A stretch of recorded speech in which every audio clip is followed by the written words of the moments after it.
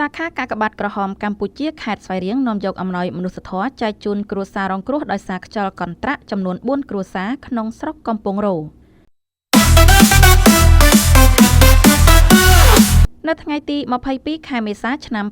2025លោកជំទាវដួងវណ្ណាប្រធានកិត្តិយសសាខាកាកបាទក្រហមកម្ពុជាខេត្តស្វាយរៀងលោកជំទាវពៅសុភាពហេរញ្ញគណៈកម្មាធិការសាខាបាននាំយកអំណោយមនុស្សធម៌ចែកជូនគ្រួសាររងគ្រោះដោយសារខ្យល់កន្ត្រាក់ចំនួន4គ្រួសារខូចខាតទាំងស្រុងចំនួន1ខ្នងមធ្យម3ខ្នងក្នុងស្រុកកំពង់រោនៅភូមិស្វាយជែកឃុំសំឡី3ខ្នងនិងភូមិរៀមជោឃុំស្វាយតាយាន1ខ្នងក្នុងឱកាសនោះលោកជំទាវដួងវណ្ណាបាននាំយកនៅប្រសាសន៍ផ្ដាំផ្ញើសួរសុខទុក្ខពីសំណាក់សម្ដេចគតិប្រិទ្ធបណ្ឌិតប៊ុនរ៉ានីហ៊ុនសែនប្រធានកាកបាទក្រហមកម្ពុជាជូនដល់បងប្អូនប្រជាពលរដ្ឋដែលរងគ្រោះដែលជានិច្ចកាលសម្ដេចតែងតែគិតគូរពីសុខទុក្ខនិងជំរុញឲ្យមានការដោះស្រាយបញ្ហានានារបស់បងប្អូនប្រជាពលរដ្ឋគ្រប់ពេលវេលានិងគ្រប់ទីកន្លែងហើយសូមសម្ដែងនៅការសោកស្ដាយចំពោះការខូចខាតទ្រព្យសម្បត្តិផ្ទះសម្បែងដែលបង្កដោយគ្រោះធម្មជាតិនឹកស្មានមិនដល់ទន្ទឹមនេះសម្ដេចក៏បានផ្ដាំផ្ញើដល់បងប្អូនប្រជាពលរដ្ឋទាំងអស់ត្រូវមានការប្រុងប្រយ័ត្នខ្ពស់ពីសុវត្ថិភាពផ្ទាល់ខ្លួននិងក្រុមគ្រួសារ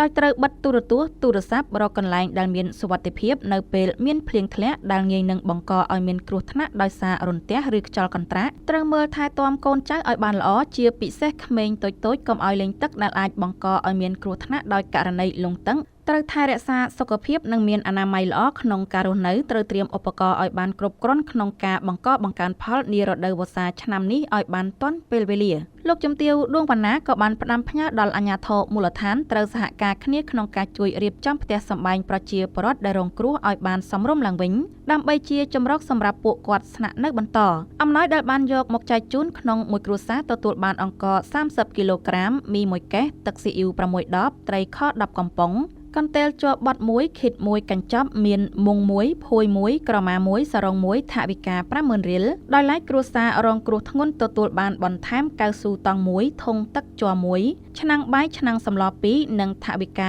20000 រៀល